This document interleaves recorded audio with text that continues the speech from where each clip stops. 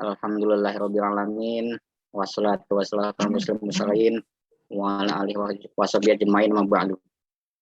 Pertama, mari kita panjatkan puji dan syukur kita kepada Allah Subhanahu wa taala atas rahmat dan karunia-Nya kita masih diberikan nikmat iman, Islam, ihsan.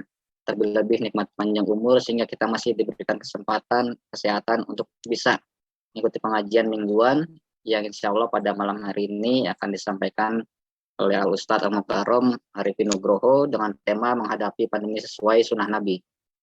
Malam ini 23 Zulqa'dah 1442 Hijriah bertepatan dengan 3 Juli 2021. Salawat serta salam juga semoga selalu tercurahkan kepada junjungan kita ya Nabi Muhammad Sallallahu Alaihi Wasallam, pada keluarga, sahabat, dan insya Allah kita sebagai pengikutnya. Baik, untuk mempersingkat waktu, langsung saja kita mulai sesi pertama pada malam ini. Tausiah akan langsung disampaikan oleh Ustaz Arifin. Tafadhol Ustaz. Baik. Bismillahirrahmanirrahim. Assalamualaikum warahmatullahi wabarakatuh. Waalaikumsalam warahmatullahi wabarakatuh. Alhamdulillah nahmaduhu wa nasta'inuhu wa nastaghfiruh wa na'udzu billahi min shururi anfusina wa min sayyiati a'malina. May yahdihillahu fala mudilla lahu wa may yudlil fala hadiyalah. Asyhadu an la ilaha illallah wahdahu la syarika lah wa asyhadu anna Muhammadan 'abduhu wa rasuluhu la nabiyya ba'dah. Allahumma salli wa sallim wa barik ala nabiyyina Muhammadin wa ala alihi wa ashabihi wa mawalah mawad. Rabbi syrah li sadri wa yassir li amri wa hlul 'uqdatam min lisani yafqahu qawli. Allahumma 'allimna ma yanfa'una wanfa'na bima 'allamtana. Allahumma hdina wa hdi bina waj'alna sababan wa sabilan liman ihtada. Segala puji hanya bagi Allah, salawat dan salam semoga selalu tercurah kepada junjungan kita Nabi besar Muhammad sallallahu alaihi wasallam. Mas Reza yang dirahmati Allah serta sahabat-sahabat sekalian yang ikut hadir dalam pengajian pekanan NRA Group. Mudah-mudahan semua dalam kondisi sehat walafiat, dalam kondisi penuh dengan kebaikan dan keberkahan dari Allah Subhanahu wa taala. Ya, sehat walafiat, jangan lupa ya, bukan hanya sehat saja, tapi sehat walafiat, sehat dan afiat. Apa bedanya sehat dan afiat? Sehat itu untuk jasmani, afiat itu untuk rohani. Jadi jasmaninya itu sehat, matanya sehat, bisa melihat tanpa ada gangguan. Lisannya sehat, ya bisa berucap tanpa ada gangguan. Telinganya sehat, bisa mendengar tanpa ada gangguan. Kakinya sehat, bisa melangkah tanpa ada gangguan. Itu sehat. Nah, afiat rohaninya. Jadi matanya selain tidak ada halangan untuk melihat, juga digunakan untuk yang baik-baik. Telinganya tidak ada halangan untuk mendengar, juga digunakan untuk mendengar yang baik-baik. Lisannya tidak ada masalah ketika berucap dan berucap dengan yang baik-baik. Kakinya tidak ada masalah ketika melangkah dan melangkah ke tempat yang baik-baik. Nah, itulah dia sehat wal afiat. Nah, makanya kenapa kita selalu mintanya itu bukan hanya sekedar sehat semata, tidak, tetapi sehat dan afiat. Ya, sehat dan afiat. Mudah-mudahan semua sahabat yang dirahmati Allah juga dalam kondisi sehat dan afiat. Kalau di antara sahabat ada yang diuji dengan penyakit, karena ini memang masanya adalah pandemi, mudah-mudahan juga semua juga diberikan kesabaran oleh Allah Subhanahu wa taala. Kita menyadari bahwa penyakit adalah bahagian daripada cara Allah untuk memuliakan kita dengan syarat kita sabar. Bahagian rahmat Allah untuk mengampuni dosa-dosa kita dengan syarat kita sabar. Jadi insya Allah bagi yang ditimpa musibah dengan penyakit, bukan berarti Allah sedang benci dengan kita, tidak. Ya, dan juga bukan berarti itu membuat kita harus menjadi sempit dalam hidup, tidak. Karena Allah Subhanahu wa taala memiliki caranya bagaimana membuat hambanya itu mampu untuk dimuliakan, ya, mampu untuk dimuliakan. Makanya kalau kita lihat juga dalam beberapa kesempatan Allah Subhanahu wa taala memberikan penegasan kepada kita. Apakah hambanya itu akan dibiarkan, ya, untuk mengatakan hal yutraku ayyaqulu amanna wa hum la yuftanun. Apakah mereka itu ditinggalkan begitu saja untuk mengatakan bahwa saya ini beriman padahal mereka belum diuji. Nah, ini bukan kalimat pertanyaan, tetapi penegasan. Artinya tidak akan mungkin orang itu dibiarkan begitu saja mengatakan bahwa dia adalah orang beriman kecuali ya, ujian Allah hadir terlebih dahulu. Nah, ujiannya macam-macam, salah satu dengan yang lain. Tetapi pandemi ini termasuk bahagian daripada ujian. Dan bukan tanpa terasa ya, sangat terasa sekali.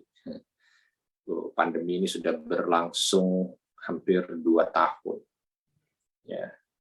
Dan ini berat sekali buat kita. Tetapi kita perlu tahu juga bahwa pandemi ini bukan hanya sekedar hadir pada masa kita, sehingga kita tidak perlu berkecil hati, karena pandemi ini sudah ada sejak zaman dahulu kala. Bahkan sebelum Nabi Muhammad SAW diutus ke muka bumi ini juga, pandemi ini sudah pernah ada dalam sejarah manusia. Bahkan Nabi SAW melalui beberapa pandemi. Kalau sahabat melihat dan membaca sejarah hidup Nabi SAW, bahkan di usia beliau 2 tahun, pandemi itu sudah hadir di Mekah. Saat itu ketika Nabi Muhammad SAW dipulangkan oleh Halimatus Sa'diyah karena memang sudah selesai masa 2 tahun untuk disusui, haulaini kamilain itu ya, dalam bahasa Al-Qur'annya 2 tahun itu sudah selesai. Itu ketika dipulangkan sebenarnya Halimah punya keinginan agar bayi ini tetap bersama dengannya. Karena dia rasakan betapa keberkahan itu hadir bukan hanya pada keluarganya, tapi pada kampungnya, Bani Sa'ad itu. Maka ketika mau dipulangkan itu berat hati, takut nanti berkah itu hilang. Begitu juga yang dirasakan oleh Bani Sa'ad. Meminta kepada Halimah untuk mencari alasan lah, bagaimana caranya supaya bayi ini tetap tinggal di sana. Tapi tidak jumpa alasan, karena memang harus dikembalikan. Berjalanlah dari Bani Sa'ad menuju ke Mekah. Di tengah perjalanan tersiar kabar bahwa di Mekah sedang dilanda pandemi. Pandemi itu merenggut nyawa anak-anak yang baru lahir. Sampai anak-anak di bawah usia 5 tahun. Jadi baru lahir sampai balita lah bahasanya. Itu rata-rata meninggal semuanya. Meninggal. Ya. Dan Abu Bakar As-Siddiq radhiyallahu anhu lahir di tahun itu. Lahir di tahun pandemi di masa itu di Mekah. Tetapi beliau tidak meninggal. Makanya beliau disebut dengan sebutan Al-Atiq, yang artinya terbebas. Kenapa terbebas? Karena di antara bayi yang lain meninggal dunia, beliau tidak meninggal dunia. Nah, Nabi pulang, ya, itu di tahun itu. Nah, karena kondisi Mekah sangat tidak kondusif, oleh karena itu Halimah seolah mendapatkan alasan gitu, untuk bisa membawa kembali bayi itu ke kampung Bani Sa'ad. Maka disampaikan kepada Ibunda Aminah untuk keselamatan Muhammad kecil kala itu, supaya tidak terkena pandemi yang sedang melanda, maka punya izin supaya bisa dibawa kembali ke Bani Sa'ad. Akhirnya dibawa kembali. Pandemi berlangsung beberapa saat sampai ketika usia Nabi 4 tahun terjadi pembelahan dada oleh malaikat Jibril, dan itu membuat Halimatus Sa'diyah kala itu sangat takut sekali dengan apa yang terjadi. Takut itu adalah orang yang ingin berbuat jahat, dan nanti kalau ada sesuatu justru Halimatus Sa'diyah tidak bisa mempertanggungjawabkan di hadapan Ibunda Aminah, sehingga dibalikkan. Nah, ketika pulang itu pandemi sudah hilang. Ya, ini terjadi pandemi. Dan bukan hanya sekedar itu saja, masih banyak lagi sejarah Nabi yang kala itu menghadapi pandemi, bahkan sampai ketika beliau berada di Madinah. Di Madinah beberapa kali terjadi pandemi, yang berasal dari Persia, yang berasal dari Romawi. Makanya ada pandemi yang kusta, ya. Sehingga Nabi dalam beberapa kesempatan di saat pandemi hadir itu memberikan arahan agar orang-orang di Madinah kala itu terbebas dari pandemi. Maka Nabi memberikan arahan untuk tidak datang ke satu tempat yang di dalamnya ada pandemi dan yang ada di dalam tidak keluar, yang kita sebut sekarang ini dengan pembatasan pergerakan. Lalu bagaimana la tudimun nazar, kata Nabi SAW, yang kau berlama-lama dengan orang yang sedang berada atau sedang terkena penyakit yang memang itu masuk dalam kategori wabah, yang itu saat ini kita sebut dengan ya, menjaga jarak, diminta untuk saling melindungi satu dengan yang lain. Itu yang sekarang digunakan, masker dan sebagainya lah. Itu panduan-panduan itu. Dan ternyata ketika Nabi SAW wafat, pandemi juga tidak serta-merta hilang begitu saja. Di Di masa sahabat Nabi pernah. Bahkan ada ta'un bil amwas itu, ya, ketika terjadi wabah di daerah Amwas yang ada di selatan Damaskus. Itu hampir sepertiga sahabat meninggal di sana. Bayangkan, bukan jumlah kecil ya, besar. Sampai 2 gubernurnya meninggal di sana. Sehingga Umar bin Khattab harus mengganti beberapa kali, sampai pada Amr bin As radhiyallahu anhu. Ketika Amr bin As radhiyallahu anhu diminta untuk menggantikan jabatan gubernur sebelumnya, sehingga beliau menjabat dengan tugas utamanya adalah membebaskan daerah Syam dari wabah ta'un itu, ya. Dan akhirnya Amr bin As menggunakan teori yang disampaikan oleh Nabi Shallallahu Alaihi Wasallam. Beliau mengajukan kepada Umar bin Khattab untuk memisahkan antara 2 orang, artinya tidak ada di antara manusia yang ada di Syam itu saling jumpa. Ya, jadi mereka diminta untuk pergi ke lembah, diminta untuk pergi ke gunung, diminta untuk pergi ke pinggir laut, diminta untuk pergi ke hutan, pokoknya semua sendiri-sendiri. Ya, tentu dengan bekal yang diberikan pada mereka untuk bisa sebagai bekal hidup. Ya. Dan ternyata tidak lama itu juga bisa ditanggulangi sehingga wabah yang mengerikan kala itu juga bisa segera hilang gitu ya. Artinya ada beberapa kejadian wabah yang pernah terjadi sebelum kita. Teruslah kalau kita baca sejarah wabah panjang sekali dan memang begitulah dia manusia diuji oleh Allah Subhanahu wa taala, salah satunya dengan pandemi atau dengan wabah ya. Nah, dalam kesempatan ini saya mau mencoba untuk sedikit ya sharing karena waktunya juga tidak panjang ya. Bagaimana kita tetap mampu untuk bisa menjalani wabah ini sesuai dengan apa yang sudah digariskan oleh Nabi. Tentu saya tidak mengatakan atau mengambil dalam satu hadis Nabi menceritakan begini ketika ada wabah begini, tidak, tetapi ini kesimpulan saja. Dari beberapa kesimpulan yang bisa nanti kita ambil. Ya. Di antaranya ini, supaya gampang kita ingat, kita kan sekarang kan begitu kan modelnya kan, protokol kesehatan dengan dulu 3M, jadi 4M, terus sekarang 5M. Gitu ya. Kemudian naik ke 6M dan 7M. Kalau dulu kalau awal-awal itu kan 3M tuh, pakai masker, menjaga jarak, terus apa lagi satunya? Mencuci tangan. Sekarang tambah lagi kan, menghindari kerumunan dan mengurangi mobilitas. Nah, jadi kan 5M. Nah, bisa jadi nanti kalau masih, auzubillah dari jangan panjang lagi, ya. Kalau tambah lagi ya 7M, 8M, 9M, macam-macam lagi kan. Itu protokol kesehatan. Nah, saya mau mengambil dari itu, sehat, gitu, supaya kita itu menjadi sehat. Apa sih yang harus kita lakukan supaya kita ini bisa sehat? Tentu dasarnya bukan dasar dari ilmu kedokteran, karena saya juga bukan dokter, tetapi mencoba untuk mengambil dari beberapa arahan yang diarahkan oleh Allah Subhanahu Wa Taala dalam Al-Quran dan melihat bagaimana Nabi Shallallahu Alaihi Wasallam menjalaninya supaya bisa sehat di saat pandemi ini melanda, gitu ya. Nah, diambil dari kata sehat. Sehat itu ada 5 huruf. S-E-H-A-T. Sehat. Dengan 5 huruf ini, ya insya Allah kita sehat. Dan bisa jadi juga wabah ini salah satunya adalah mengingatkan kita agar kita kembali sehat. Kembali pada 5 huruf ini. Ya. Kembali kepada 5 kunci. Sehingga nanti ya memang betul-betul kita mampu untuk bisa sehat jasmani dan rohani. Apa saja dari 5 kunci ini? Yang pertama, S. S ini adalah spiritual. S, spiritual. Spiritual itu bahasa kitanya agama, iman. Maka yang perlu untuk dijaga di masa-masa yang model seperti ini itu adalah keimanan, spiritualitas. Keimanan, kalau keimanan itu ya keyakinan, ketauhidan, ibadah, itu harus dijaga. Maka yang harus kita ambil adalah itu. Maka kenapa Allah Subhanahu wa taala menegaskan wa may yattaqillaha yaj'al lahu makhraja. Barang siapa yang dia itu bertakwa kepada Allah, maka Allah akan berikan jalan keluar. Nah, takwa itu jalan keluar, termasuk salah satunya jalan keluar dari masalah wabah yang kita jalani. Nah, takwa itu kan kita sudah tahu semua ya, adalah bahagian daripada ketaatan, mendekatkan diri kepada Allah dengan segala perbuatan baik. Ya, dan menjauhkan diri dari segala macam perbuatan buruk. Maka kita tengoklah bersama ini. Ya, bagaimana kita di masa-masa apalagi sekarang ini kan PPKM apa Mas Reza? PPKM darurat. Ya. Saya mengikuti terus tuh dari PSBB, PSBB 1, PSBB 2, PPKM, PPKM mikro, PPKM Darurat.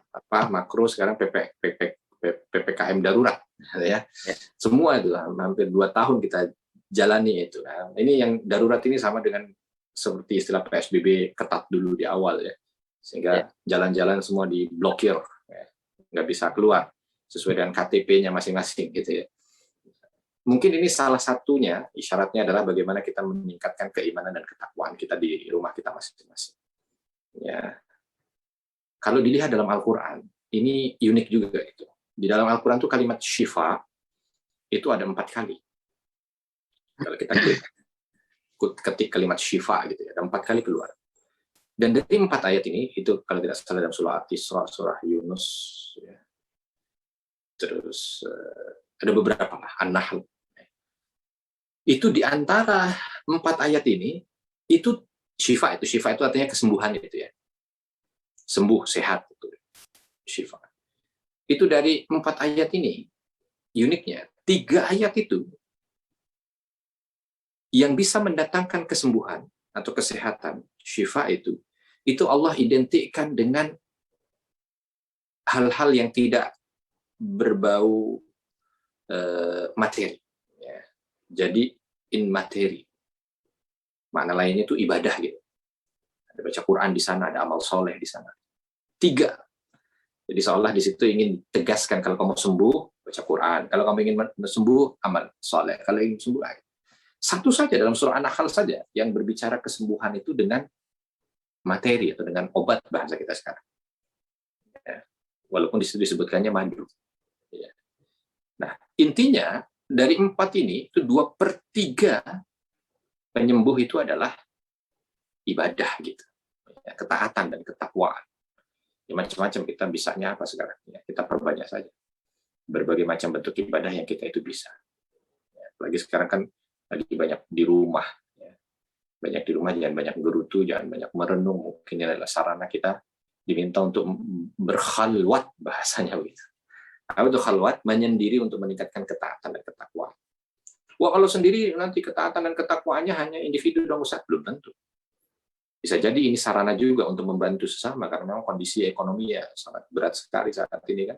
Ya sudah, jadikanlah sedekah sebagai sarana untuk mendekatkan diri kepada Allah. Kalau saya sendiri juga nggak punya uang, sedekah nggak harus punya uang banyak. Bahkan justru mungkin di saat inilah kita bisa mensedekahkan setengah harta kita. Ya, memang duitnya cuma punyanya 100 ribu itu gitu ya. 100 ribu itu kalau disedekahkan 50 ribu, wah itu udah setengah harta. Coba bayangkan. 100 ribu, 50 ribu udah setengah harta. Ya. Kenapa? Karena memang sodakoh itu junnah gitu kan. Sodakoh itu adalah bahagian daripada amal yang Allah jadikan sebagai benteng. Junnah itu tameng. Ya. Supaya apa? Supaya kita terbebas dari keburukan. Ada yang tanya ke saya, Ustaz, apa hubungannya antara sedekah itu dengan tameng keburukan? Katanya orang sedekah bisa tolak bala. Kalau saya gampangnya begini. Allah Subhanahu wa Ta'ala yang Maha Pemberi rezeki dan akan memberikan rezekinya pada seluruh hamba, semua hamba. Ya. Nah, Allah Subhanahu wa Ta'ala ketika ingin memberikan rezeki pada beberapa hambanya yang tidak punya kemampuan bekerja, kan otomatis harus melalui hambanya yang lain. Contoh misalkan ada nenek-nenek usia 80 tahun itu.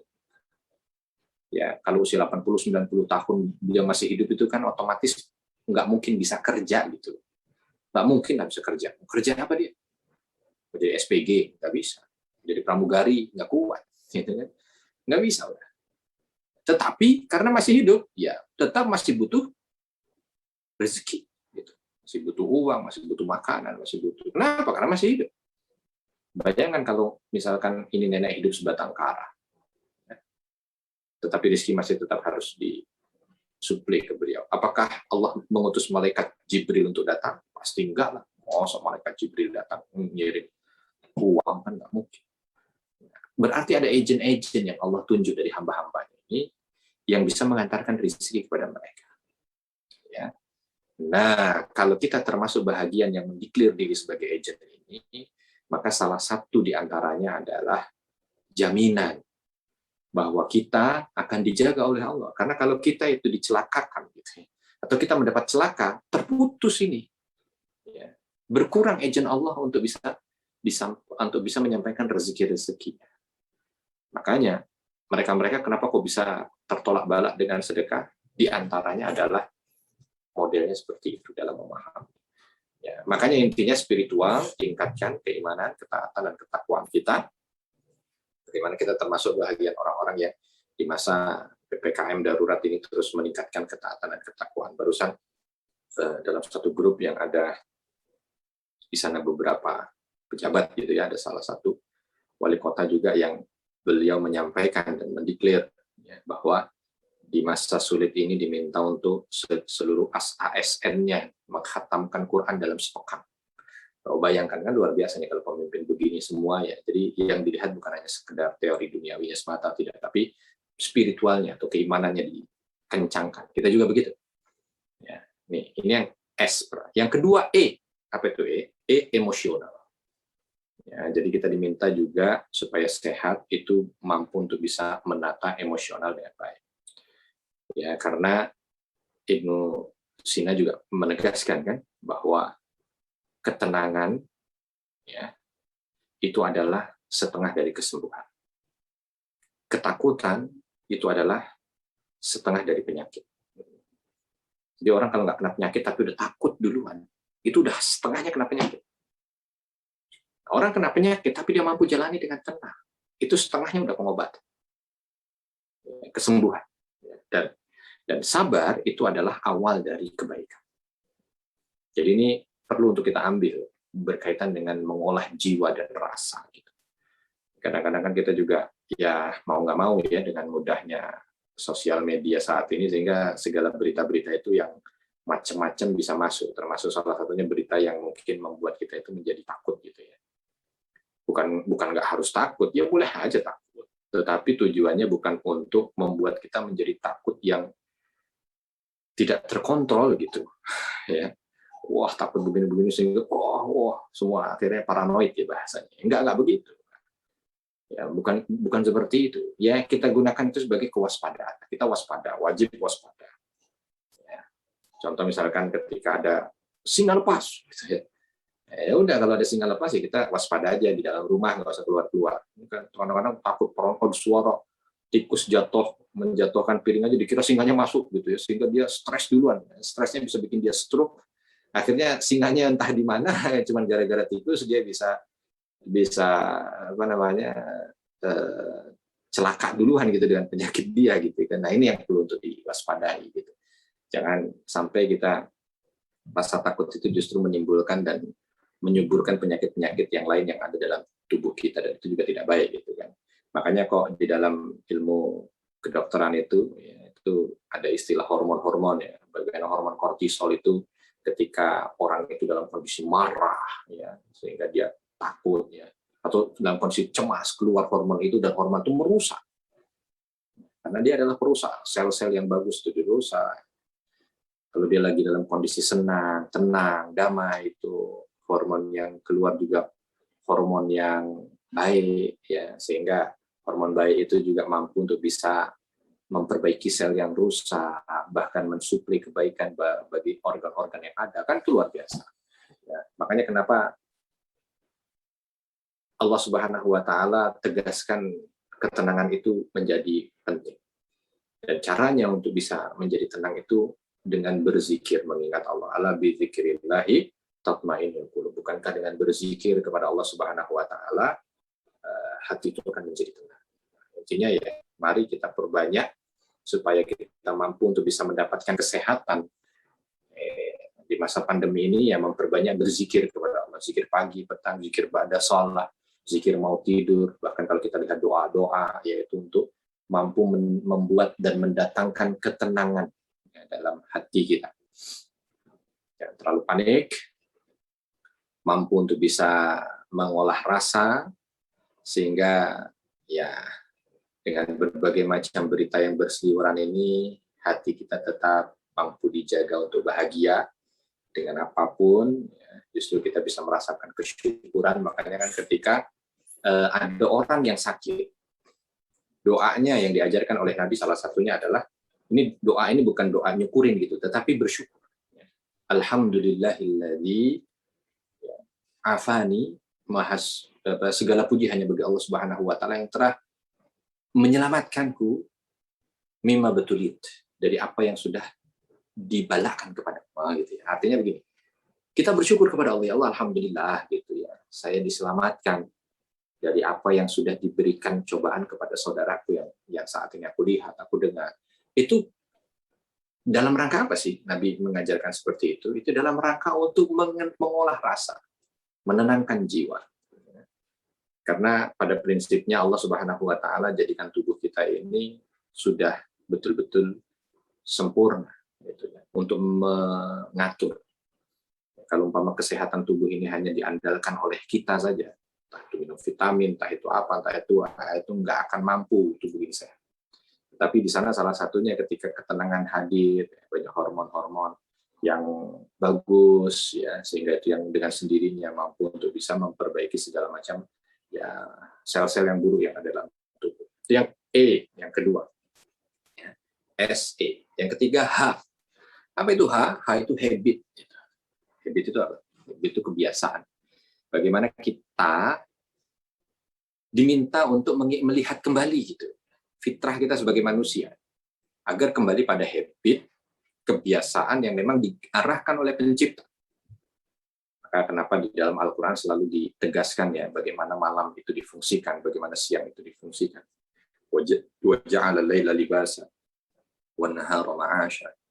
Bagaimana malam itu dijadikan untuk tempat istirahat, dan siang itu digunakan untuk mencari ma'isyah. Gitu ya. Ini contoh dalam tidur, karena nanti kalau kita bicara habit Nabi, banyak sekali tuh. Apa namanya ya, kebiasaan tata hidup Nabi banyak sekali. Diambil contoh dari tidur gitu ya. Bagaimana Nabi Shallallahu Alaihi Wasallam itu begitu model beliau tidur. Malam itu memang buat tidur, siang buat kerja. Ini kadang-kadang kan kita enggak. Kalau ada orang yang kerjanya siang malam, 7 kali 24 jam. Bahkan kalau kita lihat jam 1 belum tidur, belum masih kerja, wah kita acungin jempol. Begini ya. Padahal itu menyalahi fitrah. Kalau udah menyalahi fitrah, itu sama dengan ketika ada satu produk yang dia itu penggunaannya tidak sesuai dengan petunjuk. Yakin seyakin-yakinnya, tinggal nunggu waktu aja rusak. Rusak pasti. Ya, petunjuk digunakan hanya boleh 3 jam alat ini. Digunakan 7 jam. Enggak kita bilang hebat nih ayat, hebat nih alat bisa sampai 7 jam. Hebat saat itu, bentar lagi rusak. Nah, Nabi makanya Shallallahu Alaihi Wasallam, beliau tidak pernah, bahkan Nabi mengatakan atau disampaikan dalam beberapa kesempatan oleh para sahabat, yakrah al-kalam ba'da isya. Beliau paling tidak suka melakukan sesuatu yang nggak manfaat pada isya. Kenapa? Beliau segera tidur. Ya, ini ada kadang-kadang orang yang merasa, seolah lebih sibuk dari Nabi. Padahal Nabi itu kepala rumah tangga. Nabi itu pimpinan masyarakat. Nabi itu kepala negara. Nabi itu nabi, kalau gitu kan pimpinan umat. Tapi ya tetap itu beliau pokoknya malam tidur. Dan kalau kita lihat nih kadang-kadang kita yang sudah sampai jam 1, jam 2 belum tidur karena kerja gitu ya. Memang hasilnya bisa lebih dari Nabi juga. Enggak juga. Ya. Nabi dengan model seperti itu jangan salah loh. Ada orang wah cepat amat tidur. Gimana mau sukses? Kurang sukses Nabi. Nabi kurang sukses apa? Nabi kurang sukses apa? Enggak luar biasa. Pengikutnya saja hampir 3 miliar sekarang. Kebaikan yang ditanamkan dari timur sampai barat. Ini kadang-kadang orang yang udah malamnya udah luar biasa kerja, itu juga ya, menzalimi diri takutnya. Ya, ini contoh gitu dari bahagian tidur. Nabi juga tidurnya beliau di sepertiga akhir malam bangun. Dan kalau dilihat luar biasa ya. Habit ini justru yang bisa mendatangkan, saya bukan pakar kesehatan, tapi bolehlah nanti teman-teman googling sendiri juga. Kalau orang-orang itu yang bisa memulai tidurnya jam 9, jam 10, nah itu adalah momen di mana nanti tubuh itu ketika dia beristirahat memperbaiki, ada regenerasi sel. Itu berlalu atau berlaku ketika orangnya tidur. Kalau orangnya nggak tidur, nggak diperbaiki. Dan itu berhenti ketika jam 3. Nah, jam 9 sampai jam 3, atau jam 10 sampai jam 4. Gitu. Nah, selesai. Kalau orangnya bangun, nah itu akan ada penyempurna. Jadi istilah kalau dalam dalam internet atau dalam apa sih itu ya, download itu kan ada program download, terus ada penyempurnaannya downloadnya gitu ya. Ada processing, terus ada apa lagi itu ya. Ada penyempurnaannya lah, melengkapi. Itu termasuk begitu. Jadi kalau dia bangun di situ sempurna. Kalau nggak bangun nggak sempurna. Nah, kalau ada orang jam 1 baru tidur, berarti dia memberikan kesempatan untuk memperbaiki selnya, tubuhnya itu hanya 2 jam. Padahal harusnya 6 jam. Coba bayangkan, kan rugi 4 jam. Bayangkan. Ya, inilah dia. Makanya kenapa salah satu sahabat yang Muammar, ya, umurnya panjang itu, salah satunya Anas bin Malik. Ada beberapa riwayat yang menyebutkan beliau loncat dari kapal, ada yang menyebutkan beliau loncat dari kudanya di saat beliau usia 90 tahun. Dan begitu gesit. Ketika ditanya oleh sahabat-sahabat yang lain gitu ya, atau ditanya oleh para tabi'in, beliau jawabannya bukan karena latihan, bukan karena suplemen, bukan karena, tapi jawabannya karena tidak pernah tinggal sholat malam. Sejak beliau melayani Nabi. Beliau melayani Nabi di usia belasan tahun. Sampai dengan usia 90 tahun. Tidak pernah tinggal sholat malam. Dan kalau kita lihat, betul juga ya, karena orang yang dibangun di situ sempurna. Menjadi sempurna itu kesehatan tubuhnya. Luar biasa. Berikutnya, Nabi paling tidak suka tidur setelah subuh. Gitu. Dan kalau kita lihat, ternyata sekarang juga kan begitu. Orang kalau tidur habis subuh itu, dia akan ada, begitu bangun, ya, di saat bangunnya itu anemia darurat. Tiba-tiba darah itu kurang. Kalau darah itu kurang, nggak bisa tubuh kurang darah. Ya, makanya kalau kita kurang darah kan harus ditransfusi. Ya. Nah, kalau orang sakit, ketahuan dia harus transfusi. Kalau orang yang nggak sakit kan nggak ketahuan dia harus transfusi. Nah, tapi otomatis tubuh akan merespon. Maka yang diambil adalah sumsum tulang belakangnya gitu, untuk dijadikan sebagai bahan dasar pembentukan darah. Coba ya. Yang harusnya digunakan untuk lain, ini digunakan untuk lain. Ya, sehingga nanti di masa tuanya dia defisit. Sehingga banyak sekali pengeroposan tulang, saraf yang tidak refleks dengan baik, dan lain sebagainya. Tapi intinya, ya tadi, mengikut hal-hal yang tidak disunahkan oleh Nabi. Jadi kita mencoba untuk melihat kembali ya, dari segi makan habit kita, dari segi tidur habit kita ini bagaimana. Ya, janganlah kita ini seolah menjadi orang yang paling sibuk sedunia sehingga tidur ini menjadi celaan gitu ya, tidur kok terlalu sore. Jangan begitu. Kenapa? Karena Nabi mengatakan libadani ka'alaika hak, bagi badanmu juga punya hak gitu, harus ditunaikan. Habit berikutnya makan. Bagaimana kita juga melihat Nabi SAW makan. Nah, ini yang juga harus menjadi koreksi bagi kita. Karena pernah dulu Muqawqis, raja di Mesir itu mengirim tabib kepada Nabi SAW. Nah, ketika Nabi menerima tabib itu, dokter itu, diterima dengan baik, diminta praktek di Madinah. Tetapi di Madinah selama praktek sekian bulan, nggak ada orang yang datang ke tabib itu. Nggak ada yang sakit. Lalu tabib ini karena merasa kok dia tidak punya aktivitas, ya, sedangkan di Mesir sana banyak yang membutuhkan, karena belum juga dia buka sudah ngantri, gitu ya. Tapi kenapa di Madinah kok nggak ada? Maka mohon izin supaya boleh pulang ke Mesir lagi. Jadi diizinkan oleh Nabi SAW untuk pulang ke Mesir. Nah, sebelum pulang dia tanya, wahai Nabi, saya ini di Mesir laris, banyak orang sakit datang ke saya. Dan saya obati, sembuh. Nah ini saya di sini gak ada orang sakit. Cuman mau tahu aja resepnya apa sih. Kalau dari segi modern mah kami lebih modern.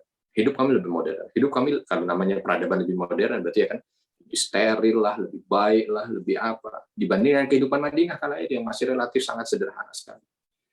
Ya, Nabi hanya mengatakan dengan satu jawaban ya, dan jawaban ini mewakili dengan jawaban-jawaban yang lain yang bisa kita kiaskan. Nabi mengatakan nahnu qaumun la na'kul hatta najud. Bahwa kami adalah kaum yang tidak makan sebelum kami lapar. Dan kami berhenti qabla an nashba, sebelum kami itu kenyang ketika makan. Ini kan yang diarahkan adalah perkara makan. Ternyata makan itu adalah obat. Jadi menjadikan kebiasaan itu sebagai obat itu bukan sekedar kalau sakit kita minum obat, tidak, tetapi habitnya sebagai obat. Makanya kenapa Nabi mengatakan juga bahwa wajib kita waspada terhadap perut, ya, karena perut itu adalah sumber penyakit. Kalau kita lihat bagaimana Nabi Shallallahu Alaihi Wasallam yang paling sering beliau makan adalah kurma, air putih, kurma, air putih. Kenapa? Bukan karena kala itu belum ada daging, belum ada makanan yang mewah, banyak sudah. Makan dari zaman dahulu ada, kategori makanan mewah itu ada. Tetapi Nabi ingin mengajarkan dan memberikan isyarat pada kita ketika kita makan itu bukan untuk nafsu, bukan supaya enak lidah kita, ya, bukan supaya terpuaskan keinginan kita, bukan. Dan juga bukan untuk gengsi, wah kalau saya makan di sini ini gengsi saya naik, bukan. Tapi makan itu untuk tubuh kita. Ya. Karena tubuh, maka melihatnya apa yang dibutuhkan oleh tubuh itu yang penting. Jadi bijak kita dalam berperilaku termasuk untuk tubuh kita. Ini tubuh butuh apa? Gitu. Oh, tubuh lagi butuh ini, ya makan yang dibutuhkan tubuh. Yang nggak dibutuhkan ya kadang-kadang kan kita tidak begitu. Nggak peduli dengan tubuh kita lagi butuh apa, ya kita lagi maunya apa, kita makan. Kadang-kadang yang kita makan itu adalah toksin, racun, gitu ya. Sehingga ketika racun ya sudahlah. Gimana namanya tubuh dikasih racun? Memang lidah rasanya enak mungkin, tetapi ternyata racun. Ketika masuk racun, ya paham sendiri, racun itu akan merusak, gitu kan. Ya nggak kerasa di saat itu karena dia tidak mutlak minum racun yang mematikan, tidak, tetapi akhirnya merusak, gitu, merusak selnya, merusak organnya, merusak apanya, sehingga dia di saat nanti ada momen-momen tertentu yang akhirnya membuat dia tidak mampu bertahan itu. Makanya kan salah satunya kan COVID ini ya akan lebih parah menyerang mereka-mereka yang memiliki penyakit yang bawaan gitu istilahnya ya. Kenapa? Karena secara tubuh memang sudah lemah. Nah, maka dari itu yang ada pada kita adalah memperkuat bagaimana tubuh kita ini kuat. Gitu. Tubuh kita ini kuat dengan habit. Yang tadi disampaikan oleh Nabi, makan. Makan itu untuk tubuh, ya, memasukkan nutrisi. Jangan nanti makan, wah, pagi racun, siang racun, malam racun. Nabi itu juga makannya, kalau kita bicara tentang masalah makan Nabi itu paling sering makan itu sebelum maghrib, itu paling sering. Di antaranya sebelum Isya. Tapi kalau udah pada Isya nggak makan. Nabi nggak makan. Dan ternyata luar biasa juga kalau kita googling saja lah. Kalau Nabi kan tidak dijabarkan tentang ilmu kesehatannya, tidak dijabarkan. Tetapi sekarang kita mampu untuk bisa melihat artikel-artikel dari pakar kesehatan lah yang berbicara tentang itu. Karena memang ternyata ya pencernaan ini dia punya job dari Allah Subhanahu wa taala, bukan kita, Allah. Allah kasih job di jam ini kamu kerja untuk mencerna, di jam ini kamu kerja untuk menyalurkan, di jam ini kamu digunakan untuk mengeluarkan. Itu fitrah dari Allah. Kalau udah rusak, harusnya dia mencerna digunakan untuk mengeluarkan, di saat mengeluarkan digunakan untuk mencerna, di saat mencerna digunakan untuk menyalurkan, itu udah hancur, rusak. Kalau sudah rusak, bahaya. Kalau sudah rusak, bahaya. Apalah itu. Kita juga begitu kan. Kalau sudah ada barang pabrikan yang kita otak-atik yang tidak sesuai, ya itu tinggal nunggu rusaknya aja. Fungsinya tidak disesuaikan, tinggal nunggu rusak. Nah itu yang kadang-kadang yang rusak dari situ. Maka kita lihat lagi bagaimana apa yang dilakukan oleh Nabi. Nah, itu juga kita laksanakan, kadang-kadang enggak. Mas Reza ini jam 10 malam kerasa perut keroncongan cari nasi goreng gitu ya. Makanya di tempat kita kan banyak jual nasi goreng malam. Terus makan nasi goreng ngantuk katanya. Ya akhirnya tidur. Padahal nasinya bermasuk di lambung. Seolah kita perintah lambung kerja cerna itu. Kan nggak mungkin jadi lambung diem aja nasi goreng dicerna besok, kan nggak mungkin. Ini bukan kulkas lambung itu. Padahal kerja organ itu ketika orangnya istirahat, maka kerjanya akan menurun. Bayangkan kita diminta untuk lembur. Kita aja kalau disuruh lembur kerja aja cemberut gitu ya. Apalagi kalau nggak dibayar. Wow, mungkin bisa nggak dijalanin, nggak dikerjain itu lembur, nggak dibayar. Gitu. Nah ini tubuh disuruh begitu sama kita. Bukan di jamnya disuruh ngerjakan gitu kan. Ya sudah lah. Hancur itu semua. Kalau udah hancur ya repot. Makanya harus dikembalikan, ya, diriset ulang lagi, dilihat lagi. Gitu ya. Saya bukan pakarnya, tetapi banyak sekarang pakar yang sudah mengajarkan seperti itu, sehingga kita ya melihat lagi. Makanya kenapa Ibnu Qayyim al-Jauziyah juga menulis kitab khusus tentang Tibbun Nabawi. Ya.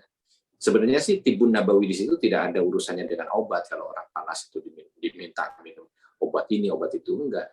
Ya, lebih banyak dibalikkan kepada tadi habit, gitu ya. Lebih banyak dibalikkan kepada habit, cara hidup, gitu ya. Sehingga nanti ya tubuh ini kembali sesuai dengan fitrah. Ya. Kalau udah kembali kepada fitrah itu, makanya Idul Fitri itu bukan hanya sekedar dimaknai fitrah gitu, momen untuk kembali melihat. Ya. Makanya kan sebelumnya puasa itu kan banyak mengingatkan kita pada fitrah kita sebagai manusia. Di antaranya adalah fitrah cara hidup gitu. Ya, bagaimana makan kita diatur, bagaimana ini kita diatur, bagaimana semuanya diatur di situ kan. Kalau orang bangun sahur kan otomatis bangun sebelum subuh ya, waktunya itu kan fitrah gitu, harusnya begitu. Fitrah, makanya Idul Fitri balik pada fitrah karena udah dilatih selama sebulan itu agar dia balik kepada fitrah kehidupan awal Allah menunjukkan. Kalau nggak mampu ditunjukkan dengan ayat-ayat, nggak mampu ditunjukkan dengan hadis, ya ditunjukkan dengan langsung praktek aja dah. Gampangnya kamu puasa, otomatis puasa ini banyak yang diperbaiki. Ya, makanya kan buka puasanya udah benar. Maghrib tuh buka puasa, udah benar, makan di situ. Tapi yang salah kadang-kadang habis tarawih makan lagi. Nah, gitu kan, itu yang ya, repot. Gitu ya. Nah itu habit. Terus lanjut, habis STH, habit. Ini akhirat oriented. Orang itu bisa sehat itu kalau dia mampu untuk bisa menjadikan orientasinya itu akhirat, bukan sekedar dunia gitu ya. Yuk, kita kalau lagi dilanda sakit, ya kita melihat akhirat kita bagaimana. Ya, kalau orang melihatnya cuma dunia aja kan mungkin langsung, aduh kenapa saya sakit, kenapa begini, sehingga akhirnya kadang-kadang sakitnya 1 jadi 5 gitu. Tapi kalau dia akhirat oriented, lain perasaan hatinya. Oh ya alhamdulillah ya Allah, aku engkau beri sakit. Ya, dengan sakit ini mudah-mudahan ketika aku sabar engkau ridho. Makanya kenapa di dalam hadis itu yang diriwayatkan oleh Anas bin Malik ya, ada cerita tentang ahlul musibah. Perbedaan nanti di surga antara ahlul musibah dengan ahlul ibadah. Di situ dimasukkan ke dalam surga ahlul ibadah. Ada ahli salat, ahli zakat, ahli Quran, ahli puasa. Ketika mereka semua berkumpul, tiba-tiba ada sekelompok hamba Allah yang Allah masukkan ke dalam surga melejit ke tingkat paling atas, sampai para ahli ibadah itu melihatnya aja sampai mendengakkan kepala. Di antara mereka saling bertanya, siapa itu? Siapa itu? Dikira para nabi, dikira para rasul, siapa itu? Allah sampaikan, mereka adalah hamba-hambaku yang ahli musibah. Mereka hamba-hambaku yang dulu di dunia aku uji dengan musibah. Dan mereka sabar, tentunya mereka sabar. Ya. Dikasih sakit, mereka sabar. Ya. Dikasih kesedihan, mereka sabar. Dikasih kesulitan, mereka sabar. Mereka sabar. Maka karena mereka sabar, aku tempatkan sekarang di tempat paling tinggi. Wow. Akhirnya membuat iri ahlul ibadah. Kok di surga ada iri-irian? Maksudnya keinginan itu, iri ingin. Minta dibalikkan ke dunia lagi, dan minta ketika balik ke dunia itu diuji oleh Allah. Ya. Dengan ujian, dan mereka akan bersabar. Makanya kenapa dalam Al-Quran itu batasan yang tidak berbatas, balasan yang tidak berbatas itu sabarin nama yuwaffas sabiruna ajrahum bighairi hisab. Yang akan Allah berikan balasan tanpa hisab itu sabar. Hanya sabar yang mereka ada. Maksudnya bighairi hisab itu ternyata tempat yang sangat tinggi. Masya Allah, luar biasa. Makanya ketika ada satu momen di saat salah seorang sahabat Nabi meninggal dunia, dan ketika meninggal itu memang tidak sakit, tidak apa. Para sahabat memuji jenazah itu. Alangkah nikmatnya ini. Ya, nggak ada sakit, nggak ada apa, dan kok kayaknya mudah sekali meninggalnya. Tapi apa yang disampaikan oleh Nabi Shallallahu Alaihi Wasallam? Beliau mengatakan tidak begitu, tidak begitu. Justru kalau ada di antara hamba-hamba Allah ini yang ketika sebelum meninggal dunia diuji dengan sakit dan dia sabar, itu yang akan membawa kebaikan buat dia di alam berikutnya. Makanya kan dalam hadis disampaikan, faman radiya falahu ridha wa man sakhita falahu sukhat. Kalau dia ridho, Allah ridho. Maksud ridho kalau yang disampaikan dari Allah itu artinya syurga, itu ridho. Radhiyallahu anhum wa radu'an. Allah ridho pada mereka. Berarti Allah berikan syurga pada mereka. Ridho di sini maknanya syurga. Makanya kenapa orang yang ridho dengan segala macam musibah yang Allah berikan, Allah akan naikkan derajatnya di syurga tertinggi. Nah, kalau orang yang akhirat oriented, hidup nikmat saja.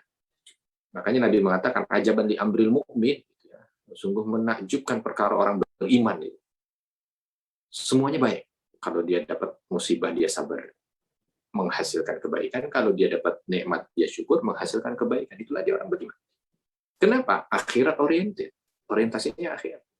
Nah, itu yang harus kita bina supaya kita mampu menjadi orang yang sehat. Ya, kalau kita bicara pandemi ini bicara tidak enak gitu ya. Jangan lihat dari tidak enaknya aja. Kalau semuanya melihat sisinya itu tidak enak, ya semuanya juga tidak enak. Ya. Makanya Firaun juga kenapa kok dia dalam hidupnya selalu saja gundah gulana, karena dia tidak enak juga. Dia pandang dari sisi tidak enaknya. Ya, padahal udah sekelas Firaun ya. Korun juga begitu, Haman juga begitu. Makanya kita orang beriman akhirat oriented, ngelihatnya akhiratnya, jangan lihat dunia.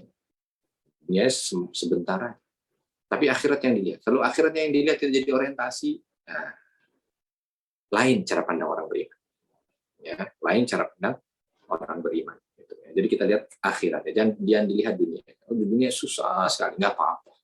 Tapi di akhiratnya, ini kita jalani masa pandemi. Dulu nggak pernah didengar masalah pandemi begini, orang nggak hadapi pandemi. Kenapa kita ketemu zamannya? Jangan bilang begitu. Kalau kita akhirat oriented, ya Allah, alhamdulillah ternyata aku terpilih untuk bisa menjalani masa sulit ini. Karena kita nggak tahu, bisa jadi kita masuk surga bukan karena sholat kita, bukan karena puasa kita, bukan karena haji kita. Masuk surga tiba-tiba dipanggil oleh Allah, fulan, masuk surga. Bingung kita, ya Rabb, apa yang diharap yang membuat aku masuk surga? Dulu, di masamu, pandemi hadir. Dan kamu sabar. Coba bayangkan. Aduh, bersyukur luar biasa tuh. Ya nggak dapat pandemi, itu kan. Enak juga dia di masa pandemi. Itulah dia masalah. Kenapa kita harus akhirat oriented? Orientasinya akhirat. Kalau orientasi akhirat semuanya nikmat. Ya. Kenapa kok orang yang meninggal di masa wabah ini atau terkena wabah lalu dia meninggal syahid? Iya. Itu bahagian daripada orientasi akhirat itu. Lihat akhiratnya. Jangan dilihat dunianya saja, kasihan dia ya. Aduh, masuk rumah sakit. Nah, begini dikuburkan juga sendirian. Nah, dipakai protokol COVID. Ya, orang beriman nggak melihat itu. Orang beriman lihat akhirat. Kalau akhiratnya baik, walaupun dunianya mungkin semua manusia memandang tidak baik, nggak ada masalah. Kenapa? Karena yang terpenting adalah akhirat. Hidup yang terlama adalah akhirat. Kenapa? Nabi mengatakan al-kayyis mandana nafsahu wa amila lima ba'dal maut. Yang disebut kayyis itu, yang disebut cerdas itu adalah mereka-mereka yang berpikir tentang akhirat. Kalau dia berpikir tentang akhirat, selesai. Makanya kenapa ketika Nabi mengatakan man asbah, barang siapa yang dia berpagi hari dan menjadikan akhirat itu sebagai orientasinya, maka Allah jadikan kekayaan itu di hati. Segala yang dibutuhkan terlaksana. Kenapa? Karena memang cara pandang. Cara pandang. Kalau orang, lanjutan hadisnya, kalau orang yang menjadikan dunia itu sebagai, atau berpagi hari dunia, menjadikan dunia sebagai hamu. Wa kanatid dunya hamu. Pagi hari bangun, dia jadikan dunia itu sebagai orientasi yang dia pikir. Apa yang disampaikan oleh ja'ala faqrahu baina ainai. Allah akan jadikan fakirnya itu di depan matanya gitu kan, kemiskinan. Kan bukan apa-apa, bukan dia jadi miskin, enggak juga, kadang-kadang dia kaya juga kaya. Tapi karena dunia banget orientasinya, ya jadi miskin. Jadi miskin. Tuh, lebih baik miliarder tapi akhirat orientasi daripada nggak miliarder tapi dunia orientasinya. Ya, jadi bukan masalah dia punya atau enggak, tapi orientasi. Yang terakhir kan SEHA. Tadi udah A, sekarang T. T apa T? T tawakal. Tawakal kepada Allah Subhanahu wa taala. Kita berpasrah kepada Allah. Dan tawakal yang benar adalah ba'dal ikhtiyar. Ya, tentu tawakal yang benar itu adalah tawakal setelah ikhtiar. Jadi ya harus ada ikhtiarnya. Tapi setelah ikhtiar, tawakal, pasrahkan kepada Allah. Yang salah itu adalah ketika orang merasa bahwa yang menyembuhkan adalah Allah, itu salah. Mohon maaf, yang menyembuhkan adalah makhluk, itu salah. Yang harus ada dalam hati kita dan dalam keyakinan kita, asy-syafi huwa Allah. Yang menyembuhkan adalah Allah, bukan makhluk. Makanya kenapa ulama melarang bagi kita ketika kita sakit datang ke dokter, lalu dokter itu bisa menyembuhkan, lalu kita mengatakan, kalau bukan karenamu ya dokter, maka niscaya aku tidak sembuh. Salah itu. Ketika melihat obat, kalau bukan karena obat ini, mati. Salah itu. Ungkapan yang mengandung kesyirikan. Kenapa? Karena asy-syafi huwa Allah. Yang menyembuhkan adalah Allah. Makanya kalimatnya laula fulan, laula Allah summa fulan. Kalau bukan karena Allah, lalu fulan, baru boleh disertakan. Maka mungkin saya aku begini. Tapi harus ada Allahnya. Kenapa harus ada Allah? Karena memang inilah dia kalimat yang bisa membuat manusia itu menjadi kuat. Bertawakal kepada Allah. Menyadarkan juga kepada manusia bahwa dia itu bukan sendiri, atau dia itu dibantu oleh makhluk. Alangkah lemahnya kalau orang itu sakit, yang menyembuhkan adalah makhluk. Lemah. Yang menyembuhkan Allah. Yang menciptakan penyakit Allah. Yang mentakdirkan pandemi Allah. Yang menyembuhkan Allah. Makanya ketika sakit gitu, bukan nggak boleh minum obat, kan itu ikhtiar, boleh lah, boleh, bukan dosa minum obat, boleh. Tapi ketika minum obat itu baca Bismillah, lalu punya keyakinan yang menyembuhkan adalah Allah. Sebut namanya yang husna, asy-syafi, maha penyembuh, asy-syafi, maha penyembuh, Allah yang menyembuhkan. Kalau sudah Allah yang menentukan, nggak ada yang mustahil, nggak ada yang mustahil. Api bisa dingin bagi Nabi Ibrahim, laut bisa dibelah bagi Nabi Musa. Sakit yang luar biasa dari Nabi Ayub itu nggak ada masalah, sembuh. Walaupun sakitnya mungkin dilihat, wah ini kayaknya nggak ada kemungkinan sembuh, sembuh seketika hanya dengan hujan. Ada yang mengatakan hanya dengan semburan mata air yang keluar. Ya, mata air itu hanya perantara aja. Kalau dicari sekarang, mau cari mata air Nabi Ayub, ya nggak ada. Mata airnya itu hanya perantara. Yang menyembuhkan adalah Allah Subhanahu wa Ta'ala. Allah. Itu yang bisa saya sampaikan. Mungkin saya cukupkan di situ. Saya kembalikan ke Mas Reza. Ya, alhamdulillah. Terima kasih atas tausiahnya, Ustaz. Baik, langsung saja kita buka sesi kedua selanjutnya, sesi tanya jawab. Ini sudah ada pertanyaan dari Instagram nih, Pak Ustaz, dengan akun Abdurrahman. Ada pertanyaan, jika sering berwudu dengan beristinsyaq atau masukkan air ke hidung itu bisa membantu agar terhindar dari corona. Apakah pernyataan itu benar? Ke hidung mungkin ya, kalau Ustaz, masukkan air ke hidung. Masuk ke sini ya? Iya. Istinsyaq ya, itu termasuk bagian habit ya. Itu bagian daripada habit ya, yang Nabi sampaikan. Jadi dulu Nabi pernah menyampaikan orang kalau bangun tidur itu ada beberapa yang harus dia kerjakan. Satu, diminta untuk mencuci tangan. Kenapa? Karena la tadri aina batat yaduh, kata Nabi. Nggak tahu dia tangan malam itu kemana. Dengan cuci tangan dia bisa bersih. Lalu setelahnya diminta istinsyaq. Istinsyaq, sedot keluar, sedot keluar. Kenapa? Karena kata Nabi SAW sabdanya, setan itu batat fi khayshumatihi, mengumpul di sini. Jadi diminta bangun tidur itu untuk istinsyaq dan istinsyaq, membersihkan. Nah, itu termasuk bagian sehat yang tadi yang habit gitu ya. Yang habit. Lanjut. Ya.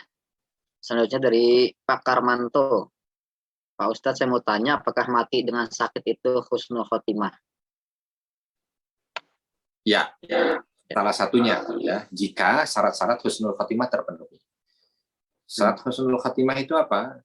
Ketika dia wafat dalam kondisi taat kepada Allah, dalam kondisi baik kepada Allah, dalam kondisi ridho kepada Allah, ya, maka ketika dia itu meninggal di saat sakit dan dia ridho dengan ketentuan Allah, itu insya Allah masuk dalam kategori husnul khatimah.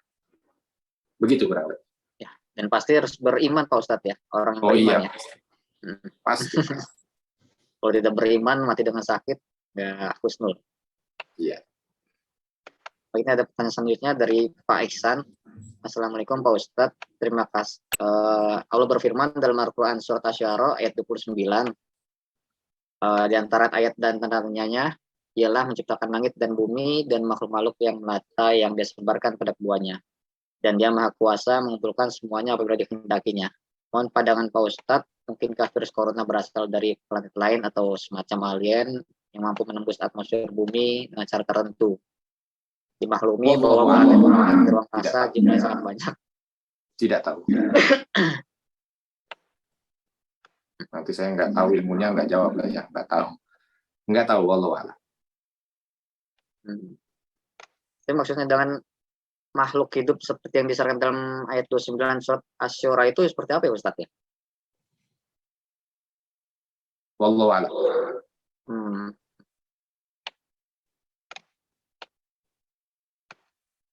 Baik.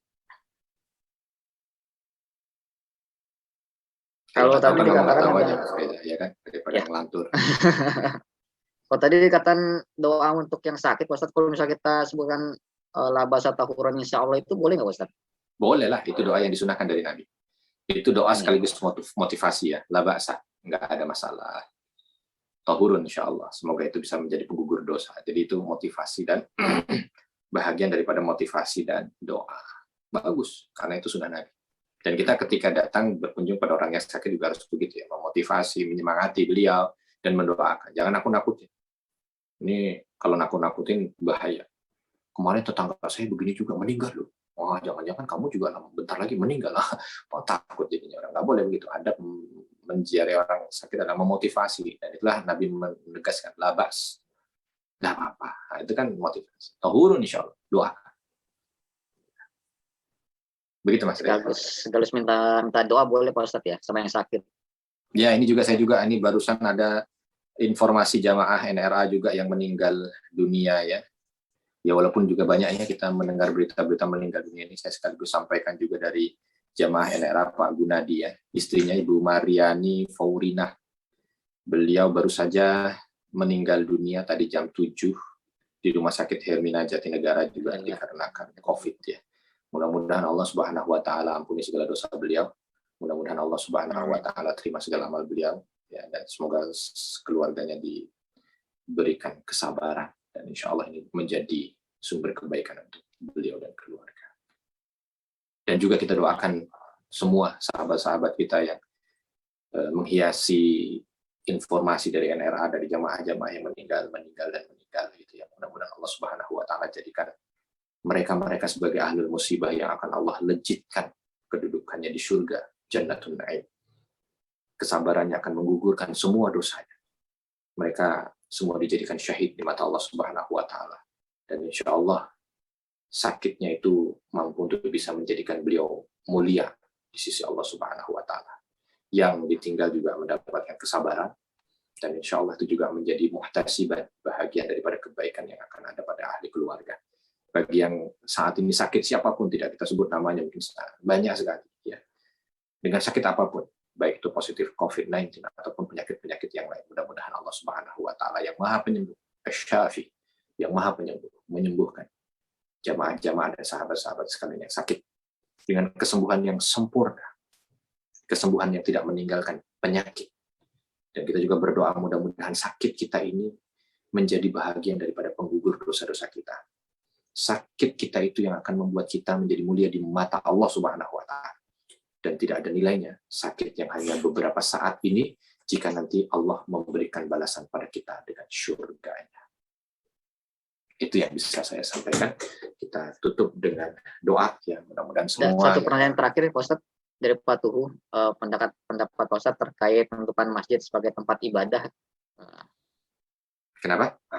Iya, dari Pak Tuhu terakhir ini pendapat Pak Ustadz terkait dengan kondisi pandemi dan kebijakan penutupan masjid sebagai tempat ibadah. Gimana Pak Ustadz? Ya, saya setuju. Ya, kalau masjid-masjid itu adalah masjid yang dalam zona merah, ya nggak apa-apa. Kan ke dalam istilah kaidah kita kan darul mafasid muqaddam ala jalbil masalih. Bahwa menolak keburukan itu harus didahulukan daripada mengambil manfaatnya. Memang kita sholat di masjid banyak manfaatnya. Banyak manfaat. Tetapi kaidah itu diminta untuk menolak kemadorotan terlebih dahulu. Dan tidak ibadah di masjid bukan berarti tidak ibadah. Kita masih tetap beribadah, bukan berarti tidak beribadah.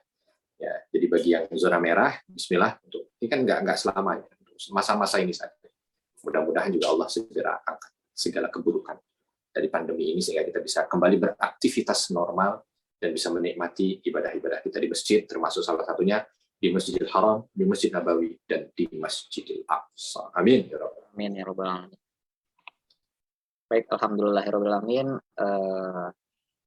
Tapi pertanyaan terakhir ya Pak Tun untuk pengajian kita malam hari ini, insya Allah apa yang disampaikan oleh Ustaz Arifin pada malam hari ini menjadi berkah untuk kita semua, membuka kembali niatan kita untuk selalu istiqomah berada di jalan Allah Subhanahu wa Ta'ala. Terakhir sebelum ditutup, kita akan baca untuk bersama yang saya akan dipimpin langsung Ustaz Arif Nugroho. Apa Ustaz? Baik, sama-sama kita berdoa, mudah-mudahan Allah Subhanahu wa Ta'ala limpahkan kebaikan dan keberkahan untuk kita, termasuk tadi yang di awal kita doakan buat sahabat-sahabat kita yang sudah meninggal dunia ataupun yang sedang dalam kondisi sakit. Mudah-mudahan semua doa baik kita diterima dan ijabah oleh Allah Subhanahu wa Ta'ala. Al-Fatihah. A'udzubillahi minasyaitonir rajim. Bismillahirrahmanirrahim. Alhamdulillahirrahmanirrahim. Maliki yaumiddin. Iyyaka na'budu wa iyyaka nasta'in. Alhamdulillahirabbil alamin hamdan syakirin hamdan na'imin hamdan yuwafi ni'amahu wa yukafi'u mazidah rabbana lakal hamdu kama yanbaghi li jalali wajhikal karim wa 'azimi sultan. Allahumma ighfir lil mu'minina wal mu'minat wal muslimina wal muslimat al ahya'i minhum wal amwat innaka sami'un qaribun mujibu da'wati ya qadiyal hajat. Allahumma inna na'udzubika min jahdil bala wa darkis syaqa wa su'il qada wa syamatatil a'da. Allahumma inna na'udzubika minal judami wal barasi wal jununi wa sayyi'il asqam wa min sayyi maradi COVID-19 hada ya rabbal alamin. Allahumma inna nas'aluka husnal khatimah. Allahumma inna nas'aluka husnal khatimah. Allahumma ighfir limayyitin. Allahumma ighfir lahum warhamhum wa'afihi wa'fu anhum. Allahumma la tahrimna ajrahum wa la taftina ba'dahum waghfir lana wa lahum. Allahumma ja'al qabrahum rawdatan min riyadil jannah wa la taj'al qabrahum hufratan min hufarin niran. Allahumma ansur ikhwanana al-mustad'afina fi Palestin. Allahumma ansur ikhwanana al-mustad'afina fi Baitul Maqdis ya rabbal alamin. Allahumma harrir Masjidil Aqsa min kaidil kafirin ya rabbal alamin. Rabbana fil lana wa li walidina warhamhum kama rabbawna shighara. Rabbana atina fid dunya hasanah wa fil akhirati hasanah wa qina adzabannar. Wa sallallahu wa sallama ala nabiyyina Muhammad walhamdulillahi rabbil alamin. Amin amin rabbal alamin. Alhamdulillah rabbil alamin. Alhamdulillah. Terakhir sebelum ditutup ada informasi yang disampaikan untuk jadwal pengajian besok. Insya Allah akan disampaikan oleh Ustadz Masruhin Abdul M dengan tema kurban di masa pandemi. Jangan lupa kehadiran Bapak Ibu jamaah sekalian untuk bisa tetap hadir dan pengajian di Zoom meeting yang sama. Baik, terakhir terima kasih Ustadz Arif Nugroho. Sebelum ditutup sama-sama kita baca istighfar 3 kali dan doa penutup majelis. Astagfirullahaladzim, astagfirullahaladzim, astagfirullahaladzim. Subhanakallahumma wa bihamdika asyhadu an la ilaha illa anta astaghfiruka wa atubu ilaik. Assalamualaikum warahmatullahi wabarakatuh. Waalaikumsalam. Jazakumullah khairan, saya pamit. Ustaz. Assalamualaikum.